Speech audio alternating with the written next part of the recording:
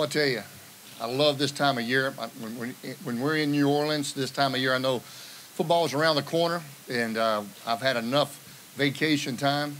Our players are excited. We've had a great off season, so I know we're ready to get started. I think the Sun Belt Conference does a great job putting on Media Day here in the Superdome. Great venue. Matter of fact, I like the Superdome a lot. But nevertheless, they've done a great job, and I appreciate everybody coming out today. This is a really nice event. It's a great event for our conference. Starting off about our football team, last year, we did not handle expectations very well. We were just about unanimous picks to win the conference, and that was a little too much, I felt like, for us to handle looking back. We did not approach it the right way. This year, the expectations are different. And I think that's added a completely different element to our off-season training and our preparation. It's put a chip on our shoulder. And it's been great to get a chip on our shoulder again. We hadn't had a chip on our shoulder like this, to me, since our first year in 2011 as a program, when we were picked to finish 120th in the country. And we finished with a 9-4 record. So that's been a plus to have that chip back on our shoulder. We've got two great players here. You're going to get a chance to visit with today, Dominic Tovell, Michael Quaid. I'm really glad I had a chance to do what I told them that I was going to do for them if they came to the University of Louisiana. One was give them a chance to graduate. Both these guys are on track to graduate on time. The second was a chance to compete for championships.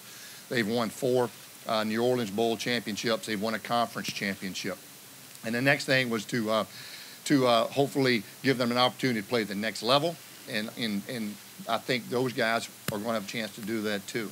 Another thing I'm also awfully proud of that they had a part of is we just won our second football academic Sun Belt Conference championship back-to-back, and we're excited about that, and that's because of their hard work. You know, of all the Group 5 teams, we've got the 5th most wins as a program in the last 4 years of all the teams in the Group 5, and so we think we've laid a great foundation. Now, where do we go from there? How do we get better? How do we improve? Well, we think the foundation is there. The things that we're fixing to do, I think, are going to help us in the future as we continue the process of becoming a championship program. Some of the things we're doing is what Scott Farmer has done for our program, and our president, Dr. Savoy, our athletic director, Scott Farmer. The week before the Kentucky game, we'll be moving into a brand new 100,000 square foot facility, which will aid in recruiting, which will also help us train our current student athletes even at a higher level. So that is a very a big thing that we're looking forward to. Our players are extremely excited. I know I'm excited about moving into that new facility. Now, moving on to this season. Terrence Broadway is not here today at Media Day. Unfortunately, you know, starting quarterbacks eventually move on. And so now we've got the challenge of finding a new starting quarterback. We've got 3 candidates. Don't ask me today who the starter is going to be. When you find out, will be the same time that Mark Stoops at Kentucky finds out, and when we run out on the field for the first play of the game. So, but we do like those guys. They're different. One can throw, one can pass. They're both very talented. Elijah McGuire returns in the backfield. We had a great tandem last year, 1-2 tandem with him and Alonzo Harris. Alonzo Harris is now obviously with the Green Bay Packers. But we have a lot of kids in the backfield that's played an awful lot in the last 3 years with Montrell Carter, Ephraim Reed, Torrey Pierce, and then a talented freshman. So excited about our backfield. Offensive line, to me, brings back a lot of experience. We are going to have to break in a new tight end. That's going to be a little bit of a challenge, but the kids have played there too. Receiver core, I think our receiving core is going to be very deep and talented with the return of Jamal Robinson. And then you look on the defense side of the ball, we have a new defensive staff, and I couldn't be more excited about our defensive staff. I think it's the best defensive staff from top to bottom that we've had in 4 years. Melvin Smith, Charlie Harbison come to us as coordinator and co-coordinator. They both coached in the national championship game 2 years ago, so they bring a wealth of experience to our staff along with Mike Lucas and Levon Harbin. So we're really excited about the direction of our defense. I think we're going to be much improved there. I think we're going to be tougher. I think we're going to get more pressure on the quarterbacks, and I think we're going to be hopefully a more balanced team defensively. Special teams, we have another kicker from Australia. I'm still waiting for Mr. Farmer to let me go down and take a home visit. Some of those kids are recruiting out of Australia and Melbourne. But he is going to be an exciting player. Stephen Coots, he's got the strongest leg that I've ever seen. And that's saying a lot. Last year, Daniel Cadona, I thought, was the strongest. He has overtaken that as a true freshman, but he's just going to play in his first college football game here in about 6 weeks. And so we'll see how that goes. So it's an exciting time for our program.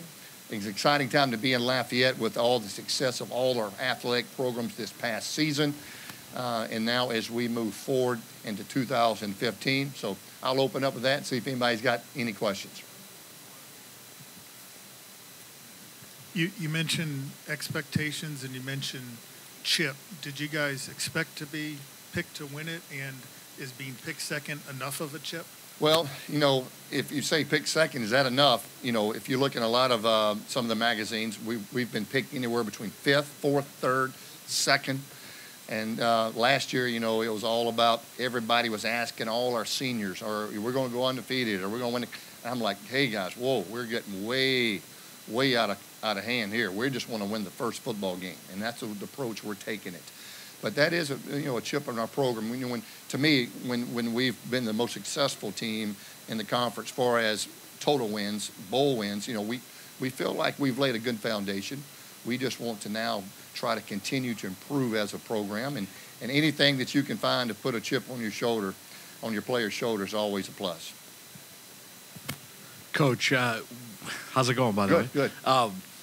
What does Brooks Hack bring to the table that Terrence does not? Obviously, Terrence was a top-notch performer, but right. What does Brooks have that you like in him? You know, Brooks, a couple things. One, this kid in high school, I think he was like 33-3 as a starting quarterback. He's a winner. He throws a really good ball. And he was put in some situations last year, not just mop-up duty. If you remember, in the Georgia State game, some other games, he came in some critical times and moved the football team and performed at a high level. And he's had a great offseason, too. So he showed some great leadership. But the other quarterbacks are competing well and doing some of those same things. I think we got three really talented ones. I know you're not going to name a starting quarterback today, but you did say that you might hold up all the way until kickoff for the Kentucky game. Is that actually part of your plan? Well, the quarterbacks will know. I will know. Coach Johnson will know. As far as everybody else, those are probably the only four people that will know. Some of our team. But today with social media, I don't know if, as much as some of our players tweet out, I don't know if I'm going to let some of our other players know. But that's, you know, football's about deception. And so that's one area of deception that hopefully will be somewhat of an advantage. And you need all the advantages you can get here these days in college football.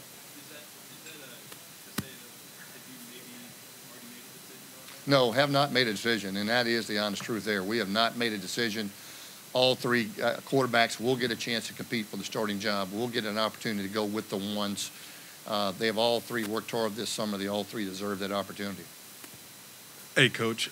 Talk about last year, how handling expectations was tough for them. What about Elijah McGuire and all the expectations he has as a running back heading into this season? You know, I hope he handles it well. I think he has so far. I think Elijah, the key to his success so far, is he's a very humble player. He's got a great spirit about him. He just loves to compete, and if he can keep his head on straight, he's got a chance to have an outstanding year, and he has a chance to, you know, he's already over 2,000 yards. He's the second player in the history of the school to be able to do that so far, and so with Tyrell Finroy. And so he's got a chance, if he continues to stay healthy over the next 2 years, he'll have a chance to leave UL as an all-time leading rusher in school history.